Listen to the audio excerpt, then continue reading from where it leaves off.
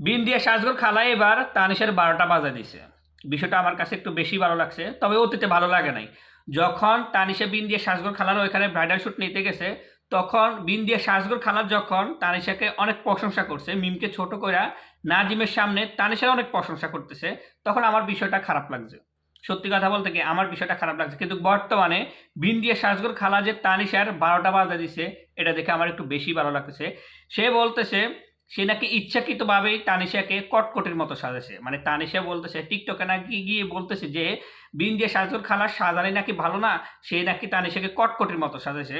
তো সেই জন্য এখন বিন দিয়ে সাজগর খালা বলতেছে যে শয়তানের বাচ্চা, আমি তোর ইচ্ছে করেই কটকটির মতো সাজাছি। কিসের সাথে তুলনা করছে দেখেন, শয়তানের সাথে তুলনা করছে তানিশাকে। একটা বার চিন্তা করেন, এখন তানিশার মানে কি বলবে। আমি তো মনে মনে ভাবছিলাম যে বাংলাদেশের সকল মানুষ তানিশের বিপক্ষে, হয়তো বিন দিয়ে সাজগর খালা তানিশের পক্ষে, যার কারণে বিন দিয়ে সাজগর খালা তানিশাকে তার পার্লারে নিয়ে গেছে ব্রাইডাল শুট নিতে। কিন্তু এখন তো প্রমাণ বিন দিয়ে সাজগর খালাই করে দিছে যে বিন দিয়ে সাজগর খালা পর্যন্ত তানিশাকে দেখতে পারে না। বিন দিয়ে সাজগর খালা নিজেই প্রমাণ করে দিছে সে তানিশাকে দেখতে পারে না, সে তানিশাকে বলতেছে শয়তান। সে বলতেছে যে তোকে যখন আমি সাজাতে গেছি তখন তুই ভালো করে বসে থাক, তোকে আমি কতটুকু সাজাই তুই দেখ। কিন্তু তুই কেন নিজের ইচ্ছাকৃত ভাবে তুই তোর সাজ দিতে যাস? তুই কেন, তোকে সাজাতে গেলে তুই এখান দিয়ে বলস তো ব্যথা, এখান দিয়ে বলস উ, এখান দিয়ে বলস আ। তো বিন দিয়ে খালার এই কথাগুলো আবার আসলে আমার কাছে একটু বেশি ভালো লাগছে। সত্যি কথা বলতে আমার কাছে এখন অনেক বেশি ভালো লাগতেছে, কারণ তানিশাকে এইভাবে জায়গায় জায়গায় উচিত শিক্ষা দেওয়া উচিত। তানিশাকে এইভাবে জায়গায় জায়গায় উচিত শিক্ষা দেওয়া উচিত। এখন বিন দেশাজগর খালা বলতেছে যে আমি আগে ভাত 3 বেলা খাইতাম, কিন্তু এখন ভাত 1 বেলা খাইতে হয়, কারণ 2 বেলায় মানুষের গালি খাই। তোকে আমার এখানে শ্বাস দিতে নিয়ে আসার কারণে কিন্তু এখন মানুষ আমাকে প্রতিনিয়ত গালাগালি করে, যার কারণে আমি 3 বেলার জায়গায় এখন 1 বেলা ভাত খাই, 2 বেলায় খাই না, 2 বেলায় মানুষের গালাগালি খাই তোর জন্য।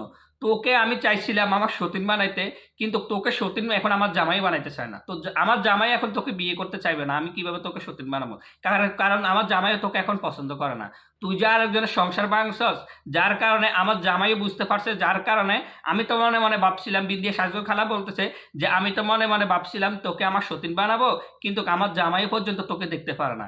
এখন তানিশা, তুই যে এত অহংকার করছিলি এতদিন, বিন দিয়ে সাজগর খালার ওইখানে গিয়ে শ্বাসটা নিয়ে টিকটক এটা সেটা কি একটা ফ্যাশন করছিলি, এখন তো সবকিছু হাওয়া হয়ে গেছে।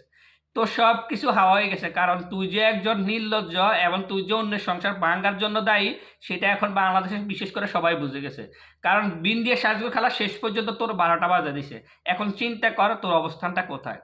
বিন দিয়ে সাজগর খালাকে তুই নাকি ফোন দিয়ে বলছ যাওয়ার জন্য, বিন দিয়ে সাজগর খালাকে তুই রিকোয়েস্ট করছিস আবার গাড়ি ভাড়া দেওয়ার জন্য। আমরা তো এতদিন মনে করছিলাম যে বিন দিয়ে সাজগর খালা মনে হয় তোকে ওইখানে ব্রাইডাল শুট নিতে নিয়ে গেছে, কিন্তু এখন বিন দিয়ে সাজগর খালা বলতেছে যে তানিশা ইচ্ছাকৃতভাবে আমাকে ফোন দিছে আমার এখানে আসবে ব্রাইডাল শুট নিতে, তবে সে আমার কাছে কিছু গাড়ি ভাড়া চাইছে, এই আর কি।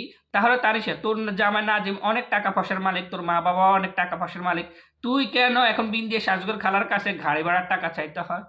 শেষ পর্যন্ত যে তোর 12টা বাজা দিছে বিন দিয়ে সাজগর খালা, সত্যি আমার কাছে খুব ভালো লাগছে। তোর অবস্থানটা কোথায় তুই একটু চিন্তা কর, তোর অবস্থান কোথায় আর মিমের অবস্থান কোথায় একবার দেখ। মিম কতটা সফলতা পাইতেছে আর তুই কতটা নিচের দিকে নামতেছস, তুই একটা বার চিন্তা কর।